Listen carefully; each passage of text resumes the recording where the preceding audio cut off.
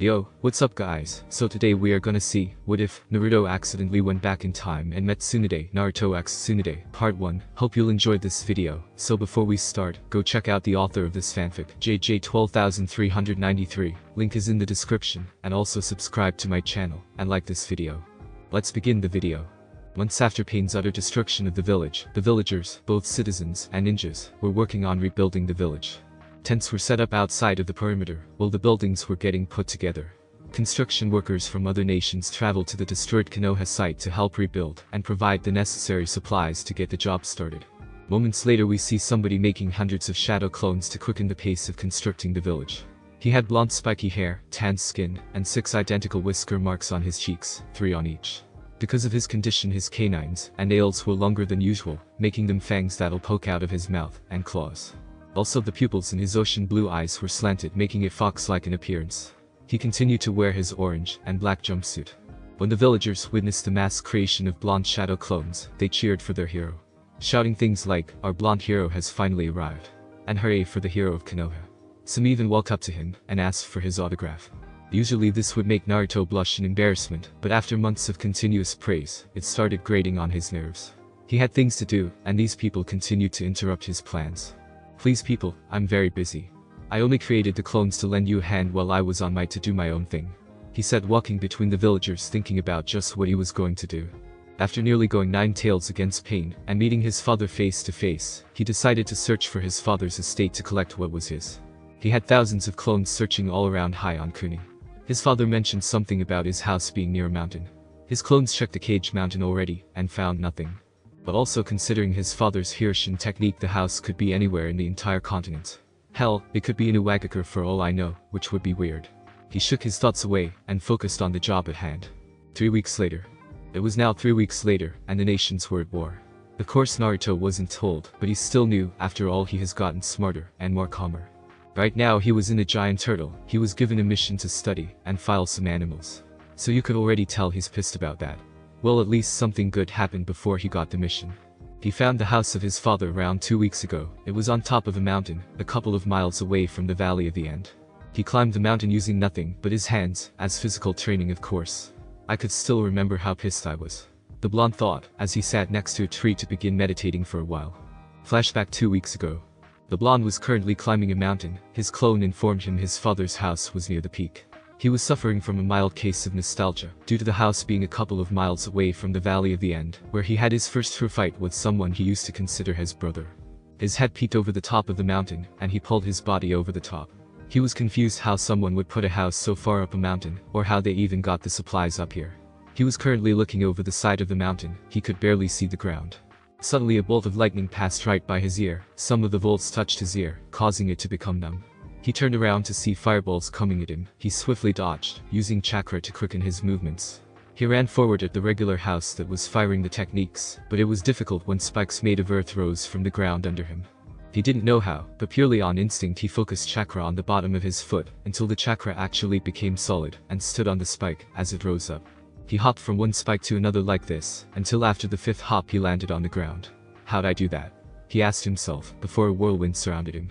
Yet again on instinct he jumped straight in the air, over the top of the small whirlwind, and landed outside the whirling. He sprinted to the house after landing, and just as he got within 10 yards of force pushed down on him. The gravity was intense. It was at least 10 times as much as it was a couple of feet behind him. "Holy kami, I'm so heavy. What the hell is wrong with this place?" He looked up to see a structure of rock rising from the ground. "You've got to be kidding me," he muttered, using all of his strength to rise to his feet. Only one of the whirling blood could command this creature. A strange voice spoke from every direction. The blonde didn't have time to freak out because the golem charged at the teenage shinobi, not having a problem with the gravity effect. The blonde was immediately punched out of the area, landing an inch from the spike. Naruto held his chest in pain. He was surprised his heart didn't pop because that hit hurt like hell. He looked up to see the golem coming at him, except this time he was even faster. Oh, I see, without being weighed down, the rockhead could move faster. Naruto thought about rolling to the side, causing the golem to miss his punch, and completely destroy the spike. Not wasting any time, Naruto dashed back to the area where he knew the gravity effect would be in place. "Might as well get used to it. I could use this as furthering my physical training," he said, as he felt himself being weighed down again. He jumped back as the golem struck with an overhead axe strike. Naruto then jumped as high as he could when the golem threw a white haymaker. He landed on the arm, but when the arm stopped he kept going, and he was flung from his position. His face collided with the floor, and he yelled into the ground. His danger sense told him to roll, and since it saved his life so many times in the past he rolled over. Just in time, because the golem's fist was in the ground. Now on his back he reached into his pouch, and grabbed an exploding note, and threw it at the boulder's face. Katsu.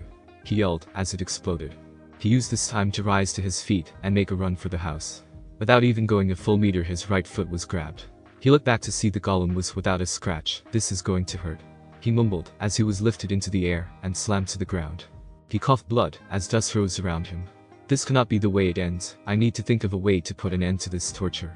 He became angry, and when a small amount of kyubis entered his system he began to yell. You fool, stop using my chakra. The blonde stopped the flow of demonic chakra, causing the pain to stop. Don't use my chakra again. There's something different about this place, and the use of demonic chakra causes serious pain. Remember the kanji we saw carved on the side of the mountain on the way up here? Yeah, it said, Shin meaning pure, so I guess anything that deals with malice or hatred would get rejected painfully. Right, you need to find another way to deal with the rock. The blonde nodded, as he felt himself being lifted into the air, getting an idea. As he came out of the cloud of dust he finished his last hand sign.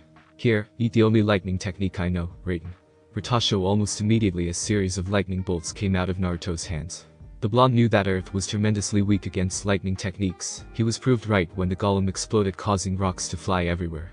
He landed on his back with a smile on his face. Ha, it's over. He panted. This time he was proved wrong when the structure began to repair itself right before his eyes. Oh come on, really? He said, as he began to remember what he heard earlier. Only one of the whirling blood can command the creature. Does that mean only an Uzumaki can take control of the golem? He said to himself, as the golem in question was fully put back together. The walking boulder began walking toward the blonde genin. Stop. The blonde yelled, causing the golem to falter in a step. This angered the blonde. I command you to stop. This didn't do anything, as the golem continued.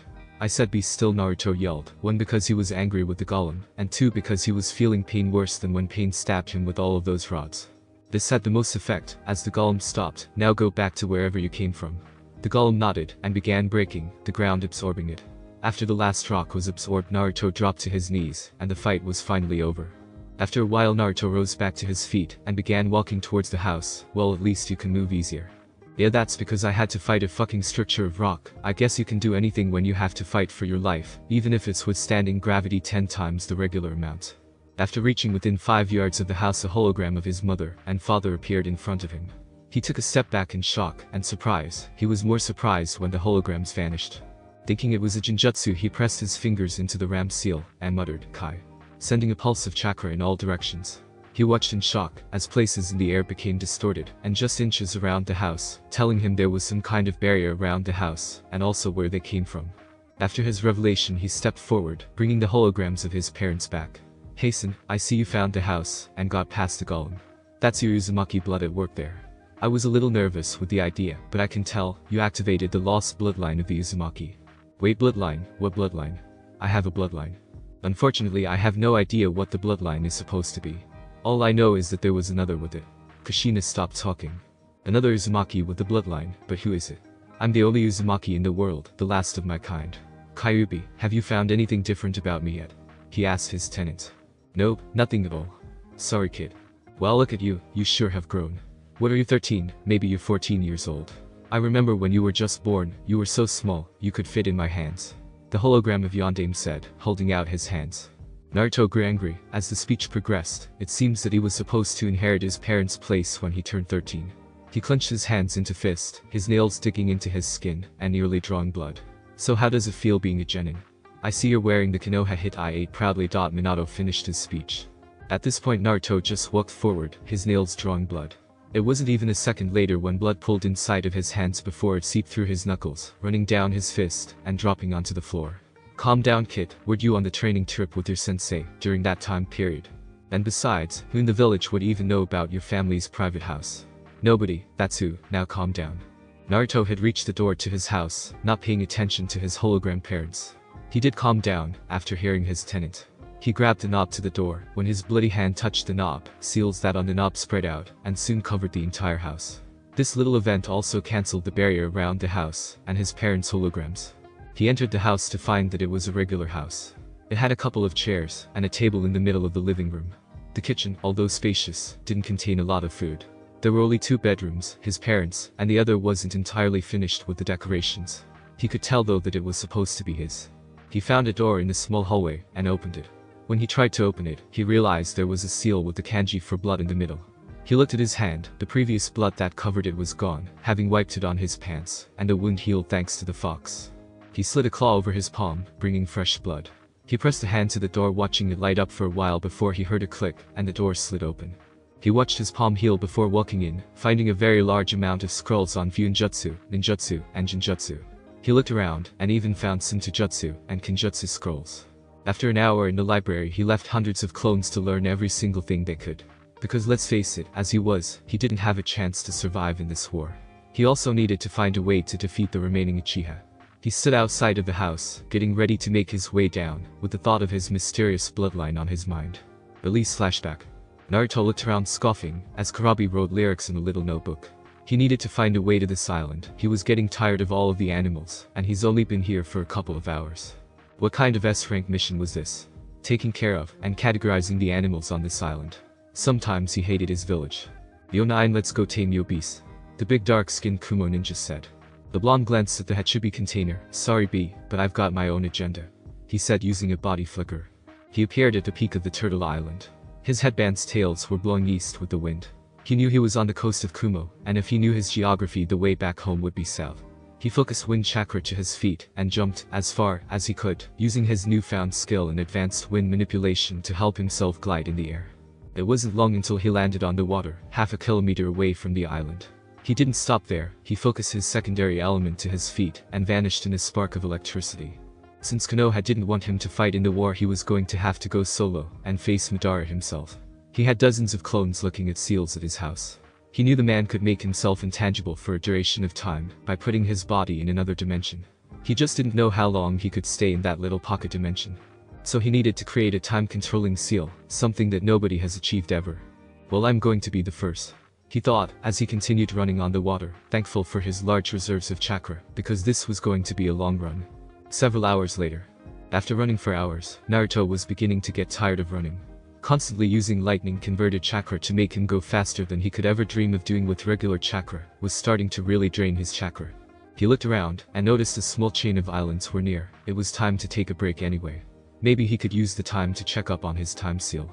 He walked on the little shore and dropped into a meditative position and tried to speak with one of his clones, hoping he could from this distance. Boss, do you? Naruto heard in his head as his clone's voice was zoning in and out. The blonde shook his head and stood up and moved to a closer island and repeated the process, getting the same transmission. He continued to do this until he gave up and just got back to running. After an hour, he saw a cruise ship, a boat civilians take vacations on. It was perfect, as they were going the same way he was. Now he could relax and restore lost chakra.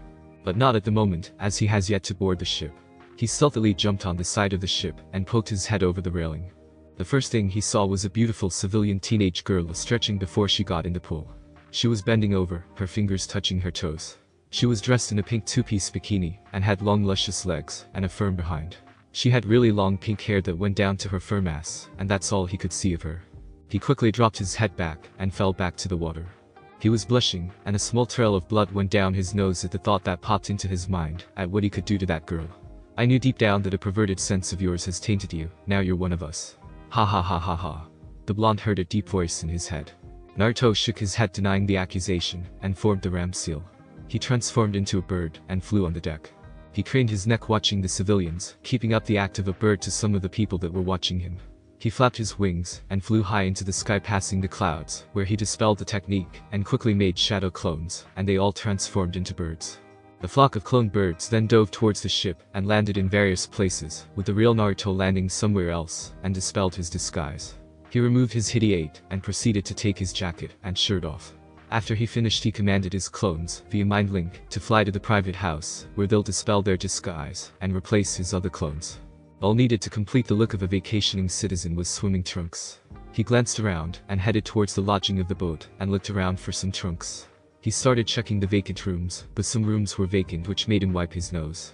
He found some trunks in a vacant room, and quickly put them on after taking his pants and sandals off, sealing everything in a timed seal on his arm. He only had about 2 days before the ink was used up, and his stuff appeared. The trunks looked great in his opinion. They were black with an orange fiery dragon on his left leg. He looked himself in the mirror and gave a smile, as he then stepped outside and began to relax. He sat at a table, and a waitress walked up to him. "Hey sir, would you like a drink to help you relax?" she asked him, her dark red hair flowing with the breeze, and her large C-cup straining against her white and black shirt. Naruto nodded, and she brought him a drink minutes later. He took a sip and relaxed, looking at all the lovely ladies around him. "Ah, I needed this little break. I wonder if B told them I was gone yet," he thought to himself. 2 days later with the allied cages. He did what? Tsunade of the Sannin roared in anger at Naruto's stupidity, as Kurabi calmly stood there in all seriousness. He was carrying Sam Mihata, with the previous owner, Kisum, being dead, and all. That's right, Hokage Dono, 9 just up and left. He doesn't even have his beast fully tamed yet. Without proper control he's going to be captured by Madara. "I don't doubt your accusation, Kurabi-san. We must find him before it's too late," Anbushi yelled, and a 4-man squad of Anbu appeared in black cloaks.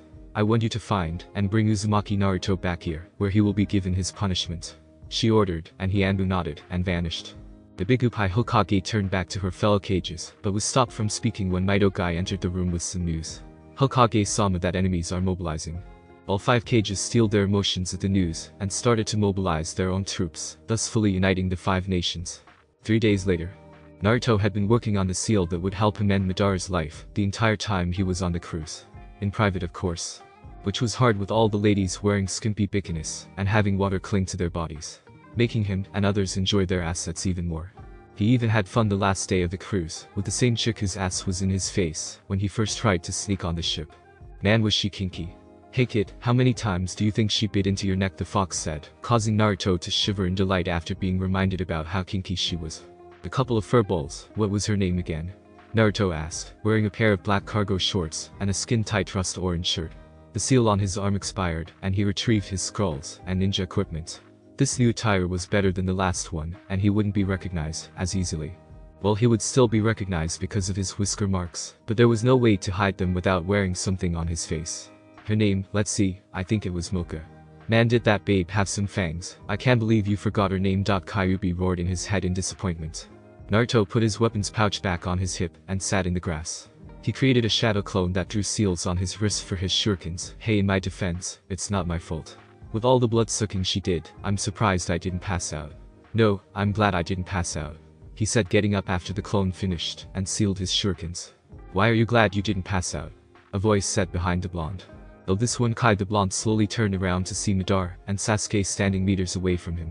"What the fuck are you doing here, and how long have you been standing there?" Naruto said, getting ready to put his new skills to the test, dispelling the clones at his house to gain more knowledge. Madara smirked behind his mask as he glanced at Sasuke. "Sasuke here couldn't wait to fight you on the battlefield. So after hunting for a couple days, well, here we are. We just caught a fox," Madara said, chuckling at his joke. Really, the 2 teens thought, glancing at the older Uchiha. "Listen, old man, just let me handle this. You just stay back and don't get in my way or I'll kill you next," Sasuke said, hopping off the tree and landed on his feet meters away from Naruto. "Finally we meet again, Dobe. I hope you're at full power right now, because I sure am," the demented teen said, putting a hand on his sword. Naruto stared at his former teammate and noticed something different about him. His eyes contained more focus than rage, and his stance showed his confidence in his apparent victory. "Uh-oh, I was afraid of this. The blonde Zina Kitsune said. "Afraid of what?" Naruto asked, unsealing a pair of elongated blades. They were black, and only one side was sharpened while the other was jagged or serrated. He didn't know how to explain it. He held them in a reverse grip and got into a relaxed but ready stance. "You remember Uchiha Itachi?" Kyuubi asked, as memories of Itachi flashed through Naruto's mind. Flashback. Naruto opened the door to the hotel, only to come face to face with a pair of fully matured Sharingan eyes. It flashed again to show Itachi's body turning into a flock of crows and flying away. Once again it flashed to show one of those same crows flying right into his mouth and him swallowing it. "I've given you a large amount of my power, and use it wisely." The blonde was left speechless, unable to give a reply to the retreating Uchiha. The image faded to show rain falling from the sky, and Naruto's soaking body standing over Itachi's eyeless corpse. Nothing was said between Naruto and the rest of the group as Naruto took a knee, his hand brushing a loose strand of hair away from the Uchiha's eyeless sockets. "I will, Itachi-san. The knowledge and power you have given me will help me right your wrongs," the blonde whispered as he stood to his feet. Elise flashback. Naruto was returned to the area when his memories shattered around him. He returned to see Sasuke raising an eyebrow at his blades. Before the Uchiha could question the blonde about his blades, Naruto spoke. So you took your brother's eyes. The blonde didn't really ask, but stated it like a statement. You reached an all-time low, Sasuke team. The blonde seethed as his pupils stretched horizontally and he entered sage mode. He was glad he knew how to remain completely still in any position thanks to his training. The younger Uchiha ignored the taunt and changed his regular Sharingan to his eternal Manjikyu Sharingan, which was a weird mix of both his and his brother's Manjikyu Sharingans. Meanwhile, the elder Uchiha was watching from his perch on a nearby tree branch. Finally, the time has come for these two to fight. After all, it was fate that brought them together. During the pause, Naruto had continued to gather nature chakra, making the bright orange of his iris become dark orange. Then he vanished, surprising both the Uchihas at his speed. But their eternal Sharingans faintly recognized the path the sage took. Sasuke held up his Kusanagi to the left to block one of Naruto's blades. His knees buckled a little due to the power behind the strike. He was barely able to push the blonde off of him. Said blonde did a backflip and landed 3 meters away from the douche bag. Uchiha felt liquid on his cheek and lifted his left hand to his left cheek and looked at the liquid on his fingers. Blood, but how? He muttered. His eyes darkened and a twisted smirk appeared on his face. This just became a lot more exciting, he said. The blonde smirked at his former comrade, hearing what he said. He took a couple of hops back and furthered the length of the sharp wind on his blade. He flexed his fist as he did so to further prepare himself. Madara watched from his spot and smirked at the two. It's a shame for someone so skilled to fall their way. He will. Soon I will have my pet back, only to trade it in for a better pet. He stopped thinking to return his focus to the fight. 2 hours later. The clearing had been completely destroyed. Black flames were everywhere. There were craters inside of craters. The biggest was Naruto, and he was crouching in the middle, with 8 tails swinging behind him. His body composition was that of a miniature Kyuubi, minus fur and a tail. On the floor in front of the mini kitsune was Sasuke. The life in his eyes was gone, and his body was completely missing its right side. The young Uchiha's blood was spread all around the battlefield. Instead of taking full control of Naruto, the fox stayed true to the deal he and the blonde made long ago, and returned the control to the teen. The physical makeup of the fox's body twisted and turned in different directions, and minutes later it resembled that of a human. The 8 tails morphed and contorted and converged to form 2 tails. Seconds after that, the very dance removed itself from the blonde's body, causing the genin's clothes to be revealed. Or what was left of the attire. The shirt had been ruined by countless Chidori senbons and various fire techniques. Madara stood half a kilometer away because of the destructiveness and longevity of the fight, and had destroyed the area they were fighting in. I'm surprised young Naruto killed his best friend. Of course, Sasuke had no intention of holding himself back, and had no doubt about wanting to kill his rival. But of all people, coming out on top, what kind of training did he put himself through 3 months ago? Madara began walking towards the epicenter of the destruction, watching the blonde carefully. The weight of killing his friend would soon cross his mind. Naruto looked down at the remains of his old friend. His eyes started to slightly burn, and his weary body forced him to his knees. He rubbed his eyes for a while, and opened them, only to come face to face with Sasuke's own face. He had a small flashback to the time he and Sasuke had an intense fight at the Valley of the End. It's ironic, isn't it, Sasuke? This time it's me over you. I wish you wouldn't have forced my hand at this. He lifted his hand to Sasuke's eyes and closed his eyelids. Jibutsu, no. Rest in peace, my friend. He said softly, as the pain in his eyes subsided before disappearing altogether.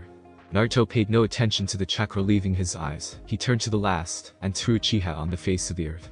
Kyuubi also didn't pay any attention to his container's eyes. Listen, brat, you still have to get rid of the man's annoying ability. Make the seal, be careful, because he won't let you. The kitsune said. The blonde barely heard a word the fox said, but moved to do what he was planning to, which was to fortunately make the seal. The teen smirked and formed a cross seal with his fingers. Tadyukage Bunshin no Jutsu. He muttered, and summoned 1,000 clones with the Kyuubi single-tailed cloak, charged at the Uchiha. The elder smirked and began to show the blonde just why he was feared. If he had just become intangible and rushed the original, it wouldn't have ruined his fun. The original Naruto used his enhanced speed and hightailed it out of there. Seconds after he left, a large column of black flame shot up in the air. The memories of his clones made him work faster on his seal. Halfway through the seal, Madara appeared behind him and tried to take his head off. It would have happened if Naruto didn't sense the man at the exact moment he appeared. He began jumping backwards, still drawing the seal, as fast and as best as he could. He was cursing himself for spilling sake on his previous dimension seal a couple of hours ago when he was on the cruise. He would have made another one, but yeah, Mocha happened. Madara pursued his target and fired multiple fireballs, and even a couple of air bullets at said target. The blonde dodged some of the techniques, and used his tails to swat the Uchiha's body away, along with the rest of the techniques. The swat caused the man to bounce, and skid along the ground. The blonde chuckled. These Uchiha did not know how to predict the movements of his chakra tails. He knew, as soon as Madara recovered from the attack, he was going to be pissed about it just like Sasuke was, so he started gathering chakra in front of him. His ears twitched, and he ducked, barely avoiding a bladed fan. He turned, and kicked the man in his chest, and rolled on the ground, thankful that he didn't mess up any of the ink for the seal. He resumed gathering the chakra, and before he knew it he was finished charging up. He compressed the ball of chakra, and ate it. Madara got back to his feet. He wasn't Naruto to retain his reflexes even after just fighting Sasuke. Playtime is over, it's time to end this little game. Naruto roared his chakra beam at the Uchiha, and watched in satisfaction when the man was vaporized. He kept it up for as long as he could, just to make sure. He only had the beam up for at least a minute. He stopped the beam, and dropped to his knees, dropping his paper and ink brush on the floor, where the ink began to travel along the paper. He had finished the seal, but what he didn't know was that it wasn't how it was supposed to be. Panting, he looked up to see Madara standing in the same spot, without any damage to his body. He suddenly gasped when his twin-tailed cloak dematerialized, and he was left without the power of the Kyuubi and Sage Mode. He grabbed the paper, not looking at it, and charged towards the Uchiha, using lightning chakra to quicken his pace. Within a meter of the man, he heard two words he didn't think he would hear again. Shinra Tensei. He was immediately pushed back by an invisible force. Now it was his turn to skid along the dirt. Naruto crouched to his knees, and grunted in pain. A broken left arm, a twisted right ankle, 4 cracked ribs on his right side, and 3 broken ones on his left would do that to you. Not to mention the blood seeping into his right eye, from a jagged cut above his brow by a couple of rocks from when he was sliding on his face a moment ago. With his right eye shut, he glared at the Uchiha, angry that he had such a technique when he thought only Nagato could do that because of his Rinnegan. He rose to his feet, using his left foot to support his weight. It was useless for the Kyuubi to heal his wounds, due to the amount he already used, and his body couldn't take any more of it. He let a minimal amount of lightning surge through his body, focusing on the injured spots to numb the pain just a bit. It still hurts like a bitch though. He slowly bent down to pick the paper back up, not caring that it was dirty, because it was still going to help finish off this menace once and for all. Madara had been watching his target for the past minute, studying him. He knew that he was exhausted from Sasuke, and still had the stamina to fight. After seeing the blonde get up, he had to give him some respect, and the only one he has given respect on this level was Hashirama Senju, the Shodai Hokage. Panting at the exertion his body was going through, Naruto slowly started to limp over to Madara. He had a plan. It was going to cause much pain to his body, and he hoped it worked. The Uchiha watched the blonde start limping towards him. This kid's tolerance for pain is incredible, he thought, and his eyes widened when the brat disappeared. Naruto, using the power of lightning, rushed through the battlefield. He ran, and thrust his arm towards the man, and went right through him. Since he knew that was going to happen, he continued for a little over 5 minutes. He was extremely tired now, and knew that if he stopped he was going to drop, so he kept going with this thought in mind. He was surprised that the next time he tried to slap the seal on Madara, the man moved out of the way, instead of allowing the blonde to go through him. That's it, he could only keep up his intangible ability for 5 minutes before he had to recharge. Kyuubi, give me a little dose of chakra to surprise him, and I could finally end this. Naruto said, running towards the Uchiha, for what he wanted to be the last time. Madara was carefully dodging the blonde now, and he was suffering from some anxiety since he was now vulnerable to his attacks. He was having a flashback to when he fought Konan, except this time he wasn't going to sacrifice his last remaining Sharingan to use Izanagi. If he did that, all his planning would be for naught, as he needed a Sharingan to cast onto the moon for his Moon Eye plan. He would have used Shinra Tensei again, but he was inexperienced in using the Rinnegan, and because of that he could only use it every 5 minutes. He was going to do it now, but became surprised when Naruto went even faster than he was already going. Naruto appeared in front of the Uchiha in half a second, and charged up his seal, ready to slap it on Madara's chest.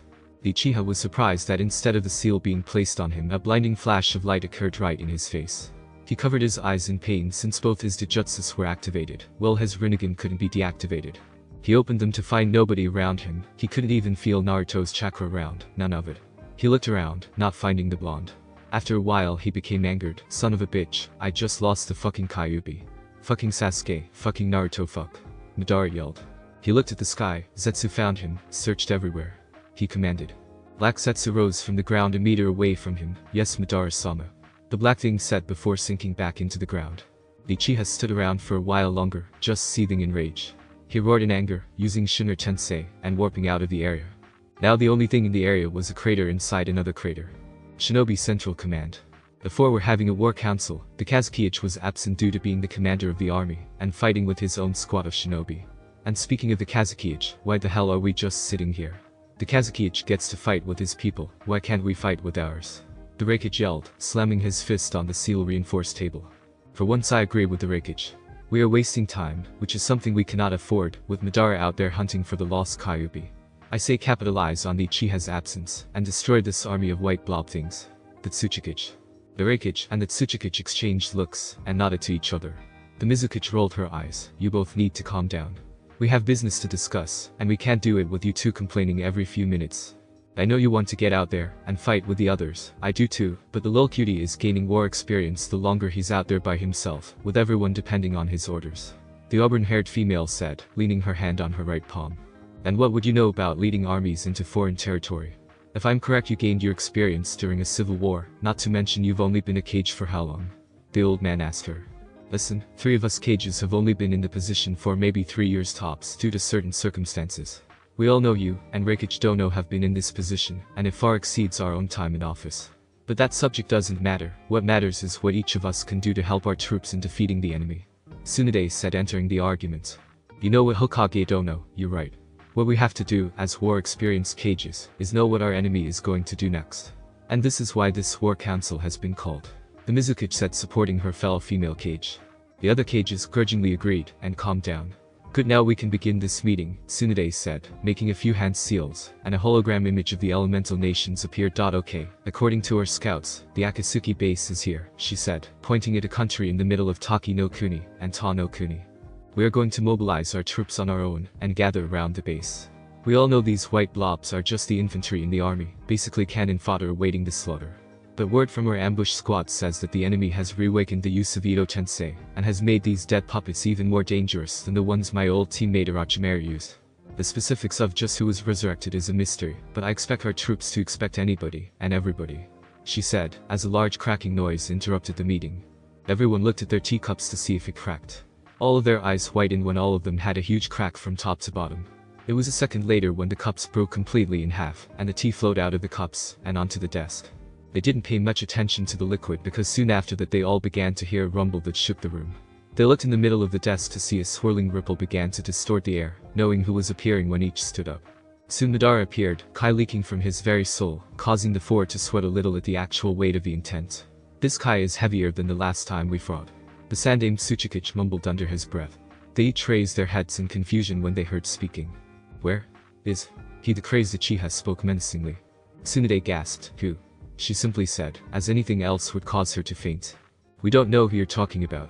The muscled Reikich said, trying to keep his composure. Don't lie to me. He yelled, pushing the cages to the walls of the room, not using Shin or Tensei, but with the force of his chakra. Each of the cages hit a separate wall, on my hip. Yelled Inoki, as he felt the pain of a broken hip.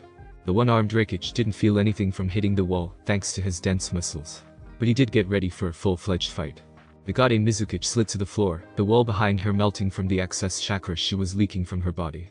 Tsunade hit the wall, but wasn't allowed to slide to the floor, as she felt herself being pulled by an unknown force. Her hazel brown eyes were met with both the Sharingan and Rinnegan eyes, which surprised her. Tell me where you hid Uzumaki Naruto. With Naruto. The battlefield during the Second Ninja World War. The first battle to be exact, as war just began. This battlefield was where Naruto was found by a group of Jounin. Sir, we found this boy unconscious a couple of miles away from our border on Kumo's side. The leader Jounin said, laying the boy on the couch. The leader of Konoha was the Nidaime Hokage, Senju Tobarama. A young man who wore armor, as white as his hair. He had red markings along his cheek line, and light blue eyes. He folded his hands in front of him, and glanced at the boy on his couch. He looks around the age of 5, sending him to the orphanage would be useless at this time. Now is the time of war, I must see if he has what it takes to be a ninja. We'll wait until he regains consciousness to find out what he knows. In the meantime, send him to the hospital for a checkup. Hi. They said, as one picked the kid up and held him bridal style, before he jumped out the window, headed towards the hospital. The Nidaime stood, watching, as his ninja escorted the young child. That kid has power deep within him. When he receives the right training, Konoha would be unstoppable. He thought a ninja entered his office. Mission accomplished, Tobarama-sensei. One Sir Toby Hiruzen said, walking into the room. The man nodded. Ah yes, how difficult was it for you to destroy one of Iowa's strongholds? Hiruzen took a seat and leaned back a little. Well, one would think doing something like that would be difficult when one is alone. But it was much easier, or course I was without the use of chakra for the duration of the mission. The mission was almost compromised when I witnessed a group of shinobi locate one of my traps. What happened after? They must have been retarded because they shrugged and continued patrolling, thinking the trap was one of theirs. They shared a short laugh and stood up. Great job, my student. So do I understand you're finally going to take up one of your own genin team soon? Sarutobi nodded. That's correct. I feel it's finally time to pass down my knowledge. Who knows, they might become stronger than me one day. Konoha Hospital 3 days later. Beep beep. WH, where am I? The young voice thought. Beep beep. What's that noise? It's annoying as hell. Beep beep. Wait, what happened to Madara? The machine started beeping faster. Beep beep beep. What's wrong with him? A voice was heard. I don't know, his heartbeat just went faster. A second voice said. Whose voice are these? Are they experimenting on me? Or are they finally taking the Kyuubi from me? Naruto thought. Well, don't just stand there, help me. Naruto's eyes snapped open, the bright light blinding him. Don't touch me. His voice was young, but he didn't notice because it was a little hoarse. He's awake. A female nurse stammered. She has short light blue hair and light purple eyes. She wore the standard nursing outfit. She was in her late 20s, her face was cute, and her lips were tinged with blue. Her figure was that of an average kunoichi, and he could tell that nursing was just a part-time job by the way she carried herself. But how? It was estimated that he was supposed to be out for at least another week. The second female nurse said. She was in her early 20s. She had brown hair with dark green eyes. She, too, wore the standard nursing outfit. This nurse was different, she wore no lipstick, and her brown hair was rather long. She spent her life being a nurse, with no amount of ninja training. Naruto was confused. What do you mean, where am I? He asked. In the village hidden in the leaves. Nidaime said, walking in the room. Naruto looked at the door to see the Nidaime Hokage. His eyes whitened, his face pale, and he didn't pay attention to what the man said. Am I dead? He asked, gulping loudly. Confusion showed on the faces of Tobirama and the nurses. Wait, the furball. He closed his eyes. Furball, where are you? He yelled in his mind. With no response, his eyes snapped open. What's wrong, child? The blonde leveled a glare at the man. I am not a child. The brown-haired nurse grabbed a nearby hand mirror and showed Naruto his reflection. Holy fuck, I'm a child. He yelled, just now noticing how small his entire body was. What the fuck happened to me? He whispered under his breath. He began to have a flashback to the last thing that happened. I remember now, I killed Sasuke. Was I unable to kill Madara with him? He then began to remember his friend. Sasuke, I'm sorry again for having to take your life. His eyes began to burn like the time after he killed Sasuke. The blonde began to furiously rub his eyes, causing the nurses to panic. What's wrong with your eyes, child? The purple-eyed nurse asked. They're burning, the blonde answered the question. The Senju moved closer to the boy. Show me your eyes. He spoke sternly. Naruto spent the next 2 minutes rubbing his eyes, before the pain started to lessen. He slowly began to open his eyes, causing the Hokage to reel back in shock. What's wrong? Naruto asked curiously. Your eyes. The sight of the surprised Hokage surprised the occupants in the room. My eyes? Naruto was terrified about what he might learn. He reached for the mirror on his lap and slowly raised it to eye level, keeping his eyes closed. After taking a deep breath, he opened his eyes. The first thing he saw in his new eyes was the ripple-like pattern effect around his pupil, and a light purple iris and sclera. Ah damn it, that explains why my eyes were hurting. I have the Rinnegan, he muttered. Naruto sat in a classroom, inside of the Academy for Ninjas in Training, a week after resting in the hospital. Of course, he had been questioned by the Nidaime about where he had come from, but he feigned ignorance about his origin. Since, obviously, he had no clue about how he had even got here in the first place. And what's worse, he had to attend the Academy, yet again. He didn't want to go to the Academy again, but Tobirama had already spoken with the sensei about his enrollment, so it was out of his power.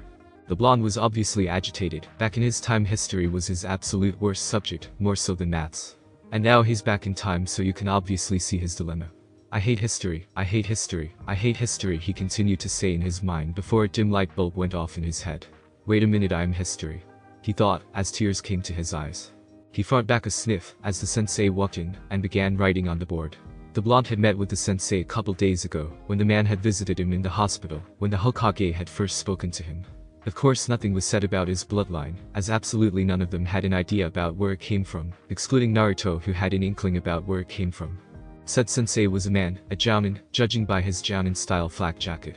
He was in his early 20s, he had black hair, and a serious look on his face that wasn't worn when he met with Naruto. My name is Uchirayoko. As you know, we are at war with 2 of the 5 great nations, consisting of both Iwagakure and Kumagakure, and a couple of small insignificant villages. We have our new ally Tsunade to help us, but the tide in this war could easily be shifted when Kurigakure gets forced into the conflict. Whatever side they join would have the upper hand in this war. But fear not, for we are in the village of Konoha, and if we survive the last war we can definitely survive this one. He said, his face softened up as he pumped his fist in the air. The students responded in kind and pumped their own little fists. Even Naruto pumped his fist, his national pride not wavering with the time travel. Now let's begin with introductions, starting with you. Ryoko said, pointing at Naruto. You didn't tell me your name when we met in the hospital, but now, he said, smirking, introduce yourself. The blonde stood to his feet. Hello fellow classmates, my name is Uzumaki Naruto. I don't know where I came from, but I do know that I was found about 15 miles outside of Hainokuni. I don't know who my parents are, but all they left me is my name. He told them half of the truth, since until recently all he had from his parents was his name. The teacher held his hand up, stopping the blonde from continuing. That's enough, child, all I wanted was your name. He said, studying him, as if he had heard that name from somewhere. It was at the tip of his tongue, but he couldn't remember. He dropped the issue and focused on the class as a whole. Now, as this is a new batch of students, I would like each of you to stand and tell me your name. He said, pointing to the first student. Naruto began sitting down. He looked around the room before he noticed a blonde girl staring at him. She looked oddly familiar, as her blue eyes bore into recognizable hazel eyes. He turned his head and looked out the window. Listening to the students begin to tell their names caused his mind to drift.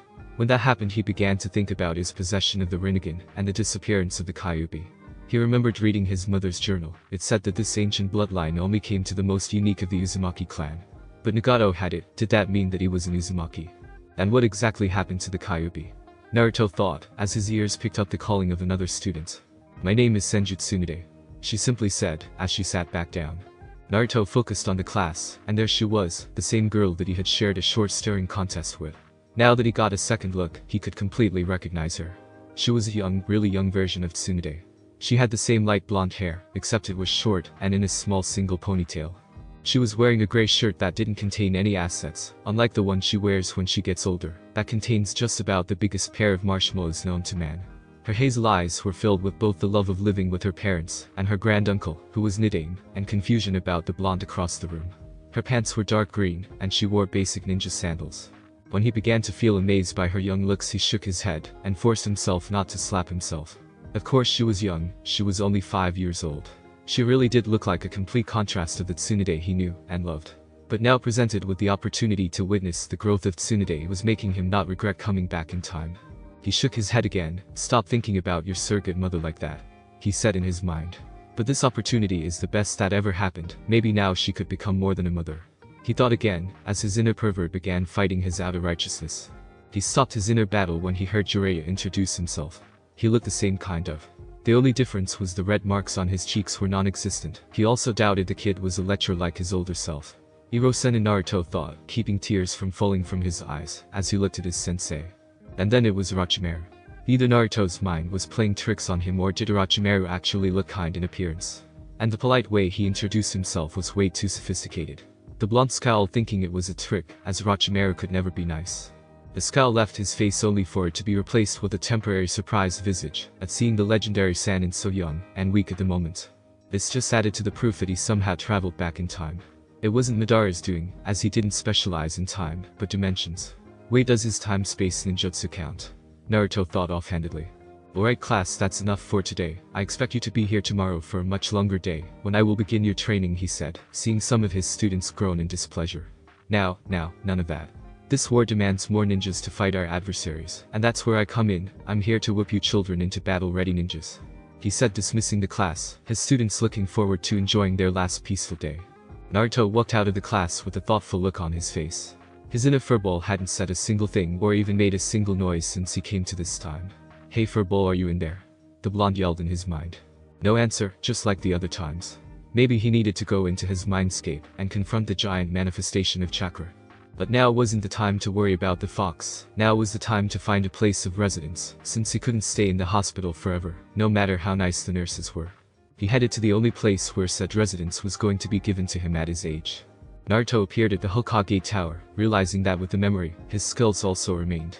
The blonde was beyond ecstatic. He didn't have to worry about staying in the academy, if he already had the same skills that prevented him from losing the fight against Sasuke, and lasting as long as he did against Madara. That made him think about the past, as he walked into the building. No, not the past, the future, but also his past or future. Naruto shook his head at the confusing thoughts, and walked into the office with a beastly grin. Hey old man. Tobirama looked at Naruto with a shocked look on his face. The other occupant in the room chuckled at the greeting. It seems he's more exuberant than you let on, Tobirama-sensei. The young sage looked at the other occupant to see a far younger version of the grandfather figure in his past life. Gigi, he thought, keeping a grin on his face, and preventing tears from falling to the floor. Naruto-kun, what have I told you about calling me that I'm not even old? Tobirama said, resting his chin on one of his hands. Naruto smiled at seeing both of his jijis. Well, compared to my age, you're pretty old, he said, smiling wider. We do have about a 25 gap in our ages, unless you're not 30 like you told me, he said, slightly bouncing on the balls of his feet. Hiruzen looked at the young sage in slight amazement. Are you sure you're only 5? He said, chuckling at his own question. Oh, you have no idea. Naruto thought smiling even wider was possible. Tobirama let out a big sigh. Forget about what his age could be. You, where are my manners? Naruto, this Tsurutobi Hiruzen, me, and my brother have taught him everything he knows. Hiruzen is Uzumaki Naruto-kun, the child I told you about. Tsurutobi looked at Naruto and thought, Naruto-kun, do you know anything about Uzumaki Mito? He asked, getting a confused look out of the blonde. Never mind, Naruto-kun, forget I asked you, he said, leaning back into his chair, keeping his other question out of his mind since it wasn't his business. Tobirama could see that the child didn't have an idea about anybody from his own clan, so he decided to change the subject. So Naruto-kun, what are you doing here? The blonde looked at the cage. I didn't have a place to stay. I came here to ask for an apartment for myself. The two adults looked at Naruto before sharing a look. After a short second they began to laugh. This irritated Naruto for obvious reasons. Why are you laughing? This isn't funny, he yelled with his Rinnegan blazing to life, radiating in anger, and a weird and dangerous silvery aura surrounded Naruto. The current and future cages stopped their laughter when they literally saw the misty aura appear around the oblivious blonde. Calm down, Naruto-kun, we just find it amusing that a child your age wants to live by themselves, and sort of awkward. Now you're not staying by yourself, Nidame said. The Rinnegan and the aura disappeared, as Naruto let out a nervous chuckle. Yeah, that is awkward, isn't it? He said, rubbing the back of his head in embarrassment. But, where else can I stay? He stopped when he noticed the cage's smile was getting bigger the more he said. You're not thinking what I think you're thinking, are you? After a nod of the cage's head, the blonde shook him. No disrespect to Hokage-sama, but I decline your offer, the blonde said, crossing his arms. Tobirama smirked at the blonde. Nonsense, I've already completed the paperwork. All I need is your signature, he said, opening his drawer and taking out a piece of paper. Here you go, just sign at the X, he said, giving Naruto a pen. I still decline. I don't want to impose on you and your family, he said, leaving the paper in front of him. You're not, it's only me, my nephew, and his wife, and my grandniece, he said, smiling softly. You mean, he said before the door behind him opened and a young Tsunade ran to her uncle. Oji-san, she said, running straight to her granduncle, hopping over Naruto and the desk, and landed right on his chest, and proceeded to hug the life out of him. He grunted, as Tsunade landed on his chest. Tsu-chan, how was your first day at the academy? He asked. Nothing really interesting happened, but there was this other blonde boy that had an even more interesting surname. What was it again? She murmured, putting a finger to her chin in thought. Uzumaki, Naruto said, knowing he was the one she was talking about. She turned her hazel eyes towards him, and gasped in surprise at seeing him again so soon. What are you doing here? She asked, turning her body to sit on her granduncle's lap. Naruto began to sit up slowly, remembering the temper Tsunade had from his time, and wondered, no hope it didn't come to the surface now. Well, you see, there's a funny story about what he said, looking at Tobirama, silently asking for help. Really a funny story, can I hear? She asked, obviously about his odd behavior. Well, you see, Tsunade-chan, Naruto-kun here is going to be staying with us, the Hokage said. Why? She screamed. I haven't actually signed the paper yet, Tsunade-san, the blonde boy said. Well, good, don't. It's not that easy, Tsu-chan. I want Naruto-kun to live with a family, and I don't like you being too lonely in the house, Tobirama said. I'm not alone, I have Tsu-san and Ka-chan, she whined. And plus he could live with Mito-san, she's an Uzumaki, she said, looking at her granduncle. That's a negative, Tsu-chan. Naruto here doesn't know about Mito-san or his clan, he explained. Hiruzen had been watching the scene, and knew he had to think of something before things got out of hand, and soon he got an idea. How about I take Naruto-kun into my house? Interrupting the small argument between granduncle and grandniece. The eyes turned to Tsurutobi. Really, Tsurutobi-san? Naruto said, hoping his old grandfather figure was serious about his offer. He nodded. Sure, just because I'm 20 doesn't mean I don't know how to take care of a kid. Plus, after the death of mother and father in the last war, I can sympathize with the little blonde, he said, leaning over to rub Naruto's head. said Blonde scorned out from under the man's hand and smiled at Tobirama. I agree with that idea, can I please? He pleaded at the Nidaime with Tsunade joining in. Nidaime closed his eyes and shook his head. This caused the blondes to look at each other and nod. When Nidaime opened his eyes, 2 puppy dog eyes were upon him. 1 pair of teary hazel eyes and 1 pair of ocean blue eyes. Oh no, my only weakness, he thought before he dropped his head and sighed in defeat. The 2 blondes cheered and would have high-fived, but they were too far apart from each other. Tsunade chuckled, thinking back to how this playful blonde was not even 10 minutes ago. Such a strong aura, and that odd of his, I must find out more about it, he thought, as Tobirama made a new document and they all signed it. The streets of Konoha. The happy young sage was walking through the village with Tsunade at his side. He was even more amazed at all the people walking in the village, since this was obviously before the Second and Third Wars, and the Kyuubi reduced the population.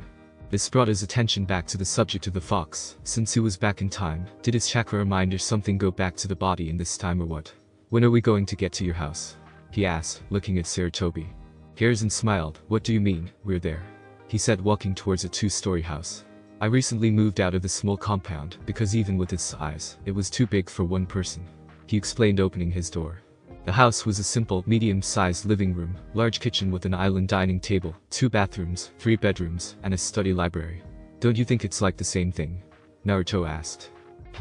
What do you mean? Well, you moved out of a compound, only to move into a large house. Don't you think it's the same thing? Naruto asked, yawning a little. Tsunade walked into the kitchen to get some water. I guess you're right.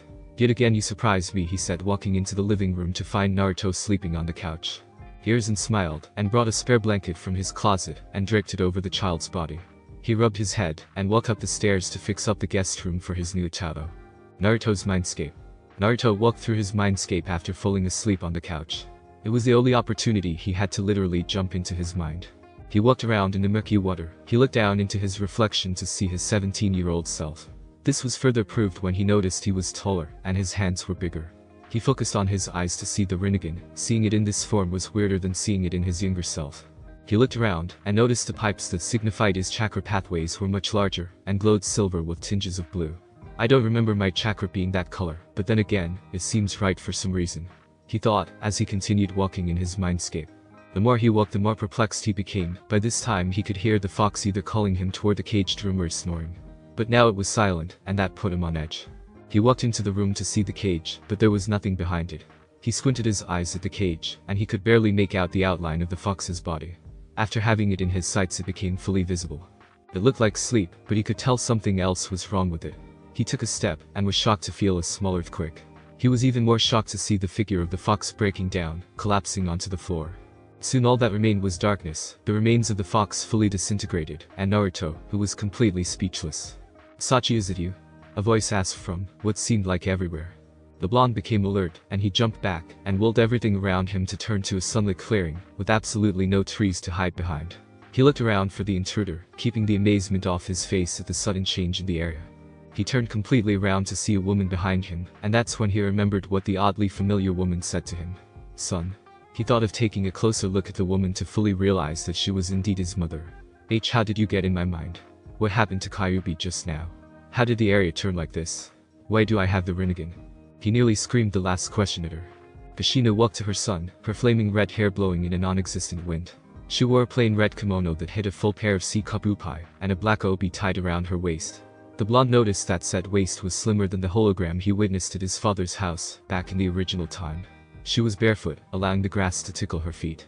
She smiled at the barrage of questions, and tears pricked at the corners of her eyes, one question at a time. She said before engulfing her son in a hug. At first the blonde relaxed into his mother's embrace, but anger bubbled to the surface. He grabbed her shoulders and pushed her back a little, keeping a hold of her. Do you have any idea about what kind of life I've lived? How dare you act like you haven't deserted me? He said, letting go of her and taking a step backward. I've had about the worst childhood in the history of Konoha, and it's all your fault. He spoke to her between clenched teeth, it being the only thing keeping him from lashing out. The tears fell from the mother's eye before she sniffled, her own anger rising to the surface. You really think it's my fault for dying? How selfish of you to think something like that. You have no idea what I went through to get into the position I'm in at the moment. She told her son, her tone being borderline murderous. She was that mad at her son. You really think I wanted to leave a baby, my infant son, alone in a village that I knew was going to hate you? With you being the host of the demon that just killed most of their loved ones, it's guaranteed that they'll resent you. She scowled at him. This angered Naruto more than it should have, and he activated his Rinnegan in anger. Kushina smirked at seeing the Uzumaki bloodline in her son, the smirk being more prideful. It seems I touched a nerve somehow. Well, let's see if you know how to use those legendary eyes, she said, getting into his stance. My thoughts are exactly what Naruto said, running straight at his mother. 1 hour later. The crimson-haired mother stood over her child, softly shaking her head. You did pretty good. Your only strength was your regular skills. Your skills with your eyes were absolutely horrendous. By the time I was your age, I had already mastered the different techniques these eyes have to offer, she said. After the short fight with his mother, Naruto, his body was covered in cuts and bruises, couldn't find the energy to move his limbs. He stayed laying on the floor looking at the cloudless sky. The apparent anger he held for his mother had ended along with the fight.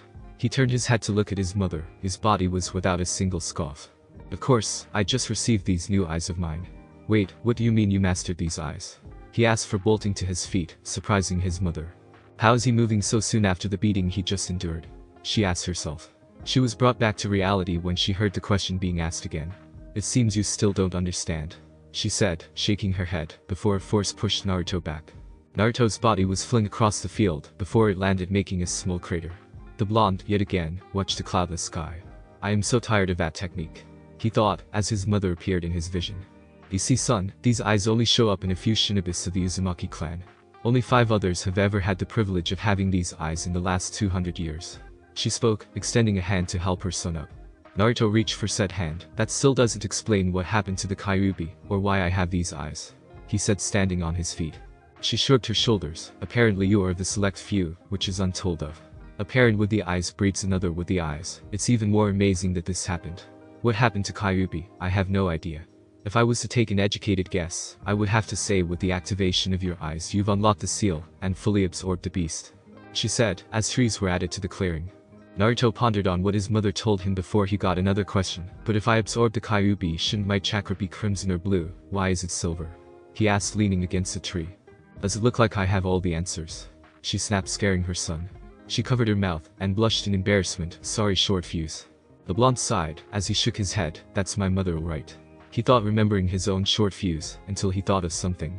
Wait, since I'm back in time, am I still your son or what? He asked, getting a confused look out of her.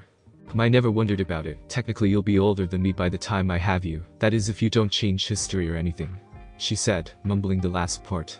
Well, still does it look like? Yeah. He interrupted her with a wave of his hand. Okay, I have a question you can answer, too actually. What are you doing in my mind, and just what did you do to get here?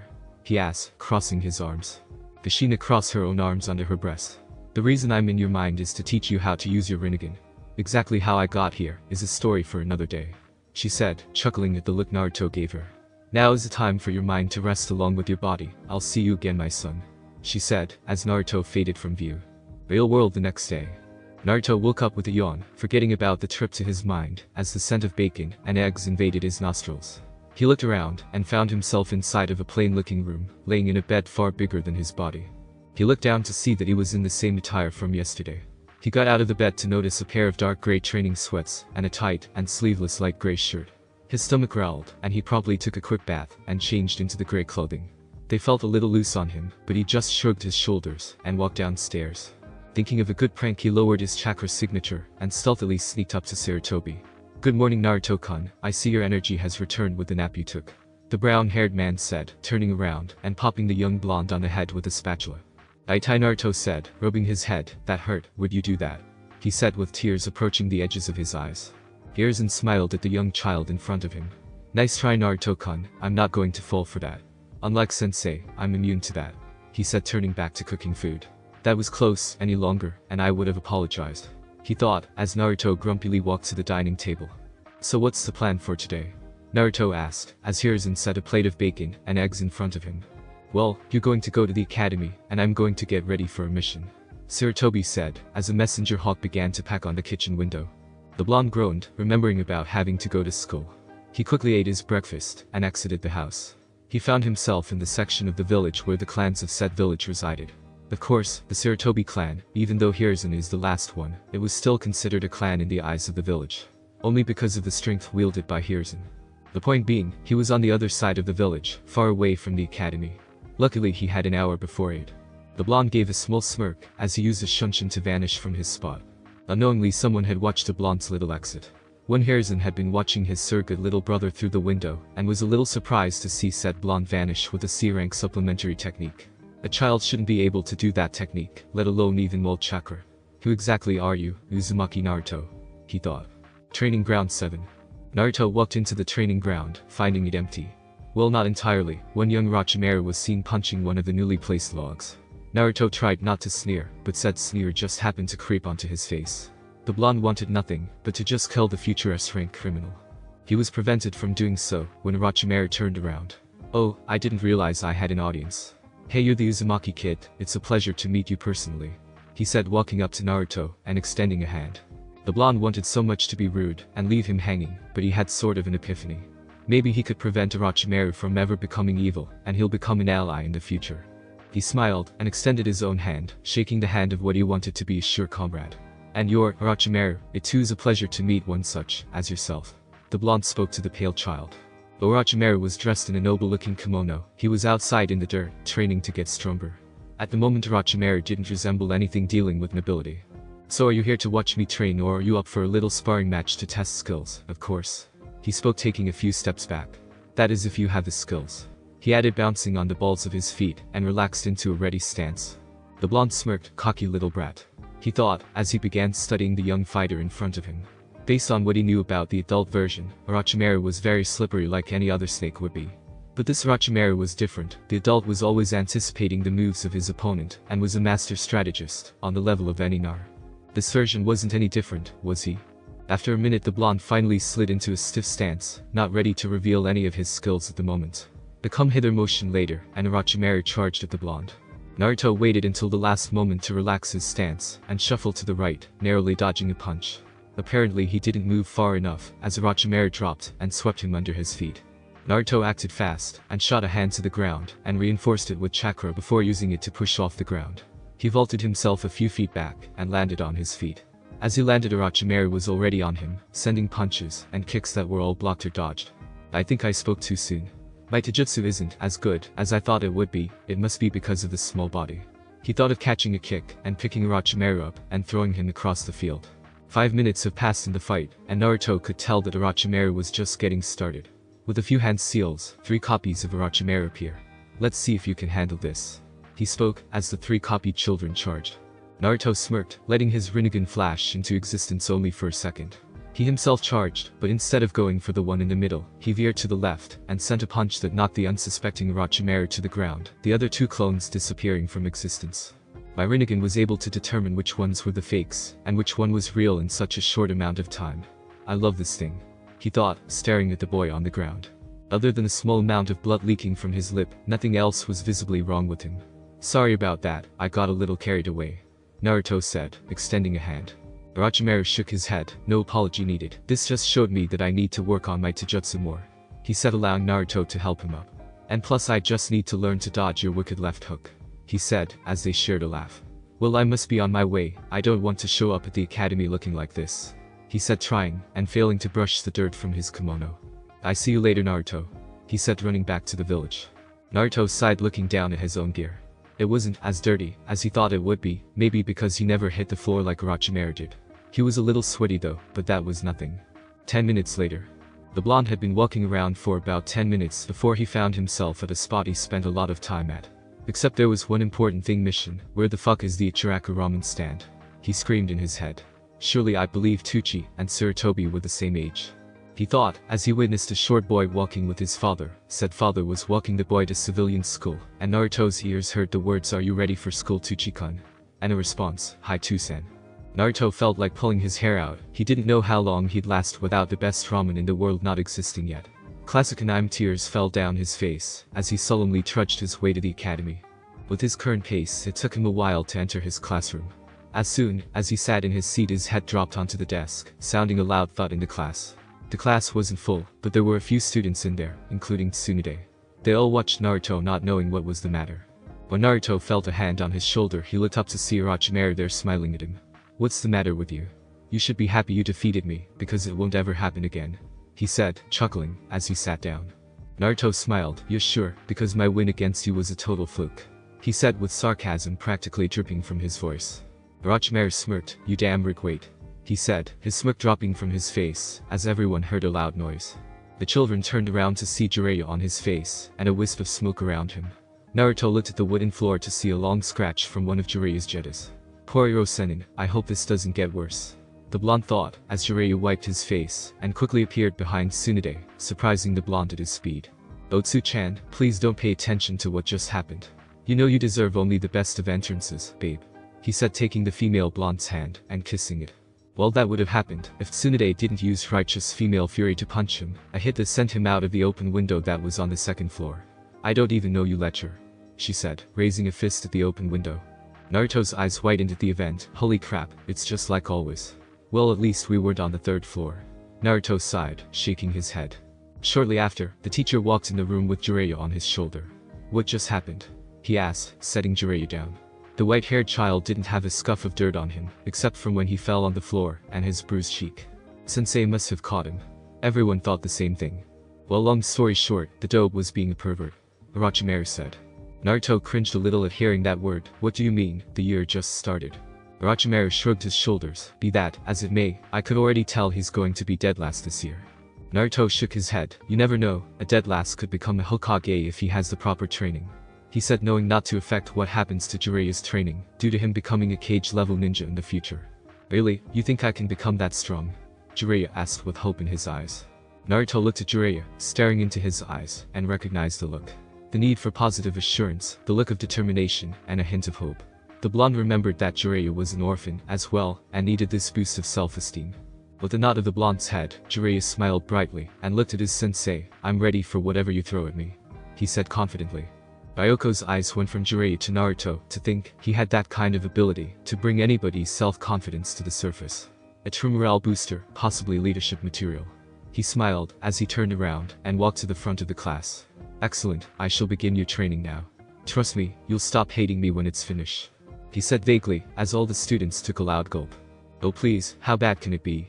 It's going to be a piece of cake, Naruto unknowingly thought out loud. It was too late, as he realized his mistake. Ryoko smirked. Oh really? He said, chuckling darkly. 1 year later. Currently the blonde was evading the strikes of 3 students, Tsunade, Jiraiya, and Orochimaru. Each of the students were wearing dark gray training pants. Naruto was wearing a very dark orange shirt, Tsunade was wearing a dark green blouse, Jiraiya was wearing a dark red shirt, and Orochimaru was wearing a dark blue shirt.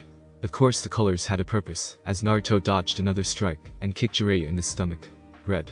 Ryoko yelled. The male blonde released a small sigh of release, as he charged at Jiraiya, along with the rest of the participants. Tsunade was the first to approach Jiraiya, sending a punch his way. In desperation for his life, Jiraiya quickly formed a seal before the fist connected with his face. A wooden log replaced the white-haired child, and a large dent with multiple cracks appeared on the dense log from Tsunade's punch. Jiraiya appeared in the air behind Orochimaru, kicking at his head. Said child used his snake-like ability, and ducked his head under the approaching leg, and twisted his body around, and grabbed the other foot, and slammed Jiraiya to the floor. Sadly for Orochimaru, the body vanished into another log. He couldn't react in time to dodge the next punch. Fortunately he was protected by Naruto, who caught the punch that would have connected with Orochimaru's head. Amazing job protecting your teammate. The male blonde heard his teacher yell from the sidelines.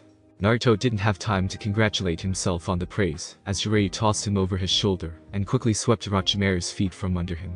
Tsunade, who was about to punch Jiraiya, stopped as she heard her sensei yell, blue. This time it was Orochimaru's turn to evade his classmates. He quickly pushed himself off the ground, and formed the ram seal. Shortly after 8 clones appeared around him. Which one is the real me? He said. Jiraiya and Tsunade each turned to Naruto, who always could see through these kinds of tricks. They were surprised to not see him in their sights. Currently Naruto was in the air, having used chakra to rocket himself into the air to prevent any of them from seeing his eyes. He smirked. Just because they're not regular clones doesn't mean you could evade my eyes, he said, softly deactivating his Rinnegan, which he had extreme training for. Attack the one on the far right. He yelled to his teammates, as he dropped on the far left, and began destroying the earth clones, with his hands encased in electricity. The sensei Ryoko stood from the sidelines with a proud smile on his face, as he watched his absolute best students training in this team exercise. I don't need to explain the exercise, do I? It was obvious that these students mostly benefited from his intense training. The others didn't stay that long after the amount of injuries they sustained. It truly is a shame, he thought, looking at his other students. None of them were special like the 4 on the training field. They didn't have the Minsa to go into the battlefield, and truly, they're not entirely battle ready at the moment. They're only children after all, but these four are something else entirely. He thought, returning his gaze to the training field. Green. He yelled, seeing Tsunade not become on the defensive. After 5 more minutes of Tsunade defending herself and evading every possible hit, Ryoko ended the training. Excellent, truly amazing, you four are truly my greatest pupils, he said, chuckling. Now for evaluations, Tsunade, being a girl, I wanted to lighten your training a bit, but I'm glad you forced me not to. You truly are reaping the benefits of my training. Jiraiya, that booster in the beginning of the year was just what you needed to rise up from being a loser in the eyes of your classmates. Orochimaru, a genius in the eyes of many, a prodigy in the eyes of the rest, a true ninja of the year. Lastly, Naruto, I believed you were all talk, but you have proven me wrong with your strategies for battle, and whenever things would go wrong, you were always able to think on your feet, and that is exactly what is needed on the battlefield. I would pass each of you, if I could. He would confuse his students. What do you mean, sensei? Tsunade asked. Of course you could pass us, we're too good to sit in a classroom, Jiraiya said, puffing out his chest. Believe it or not, I agree with the pervert on this one, Orochimaru said. Hey, I'm not just a pervert, Jiraiya said. Jiraiya and Naruto tried to say, but it was too late, as he, Tsunade, and Orochimaru covered their ears and closed their eyes. I'm a super pervert, Jiraiya yelled with huge fireworks erupting out of nowhere. Jiraiya stood in a pose with the peace sign high in the air. Ryoko stood with a tick mark on his head. He probably smacked the child in the back of the head. What have I said about being an idiot? He said, running a hand through his hair to relieve a bit of his frustration. He let out a huge sigh. Like I was saying, I can't graduate all 4 of you unless you pass the graduation test in a few years. Also, never in history has there been a 5-man cell, so you 4 won't be able to be together anyway, he said. Oh, I beg to differ. A voice was heard. Hokage-sama, Ryoko said once he turned around to see whoever disturbed his class. Well, what are you doing here, Hokage-sama? He asked. Nidame and Sarutobi were seen walking up to the small group. Oh, I was just in the neighborhood and wanted to check on my grandniece and her friends when I heard what he said. He stopped in front of said girl to rub her head. What exactly does that mean? Naruto said softly, smiling, noticing the twinkle in his naive-san's eyes. It means that I have decided to take all 4 of you as my students. Congratulations, you 4 will become legends, Hiruzen said, crossing his arms, as Naruto cheered, taking his dark orange shirt off and tossed it in the air before running to the professor. The shirt thudded to the ground with a loud thud. This didn't surprise the class, but it did surprise Ryoko. Wait, Naruto, how much does your shirt weigh? Said, walking up to said shirt. The male blonde inwardly cussed himself out for forgetting. 15 pounds like everybody else's, he said. Ryoko stared into Naruto's eyes. You're lying to me, he simply said, picking up the shirt. Now tell me. Naruto mumbled the answer. Excuse me? Ryoko asked. I said 55. The sensei shook his head. Do you understand how reckless it is? You could have injured yourself beyond repair with that much weight weighing down your small body, he said. At the age of 6, Naruto was very much in shape. His body was very lean and muscular, with a little fat, from the large amounts of food he eats to keep his energy. He kept a perfect balance between muscle and fat.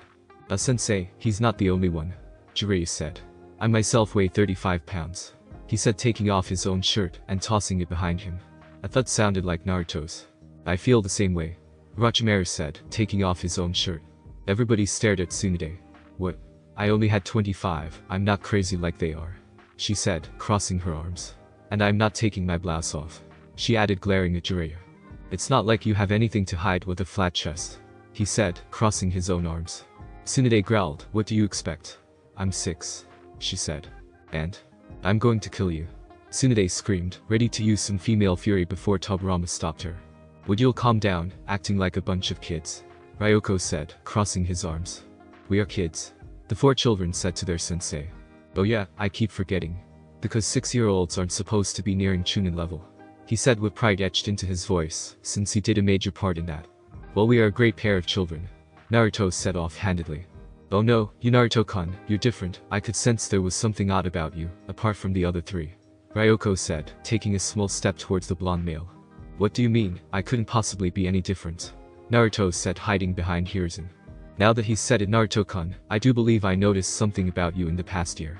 You meditate for hours only to fall asleep after. You train yourself continuously before and after school, like you were trying to regain something you lost, he said, scooting Naruto in front of him. I was going to, but I would like to see Ryoko-san test your skills. The blonde glared at Sarutobi before he turned his gaze to Ryoko. Can this at least wait until tomorrow, when I regain my energy? Yeah, come on sensei, at least give Naruto-kun time to prepare for the fight, Tsunade said.